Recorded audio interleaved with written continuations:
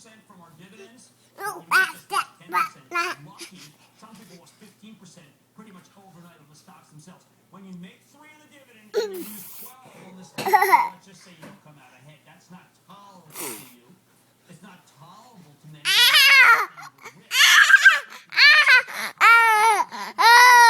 Somehow they thought you couldn't lose.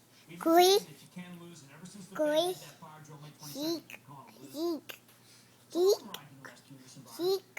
What can, not initially, not initially, what can stand the blast of, and we're in the blast of higher interest rates? How about the companies that historically done well when rates go higher? That's right. Remember, this isn't the first time in history rates. Yep, that's an O. What happened to your dance? What you're doing your mirror dance. You're making faces in your mirror. Since we've seen this portion of the business cycle where rates go up, because business is bad.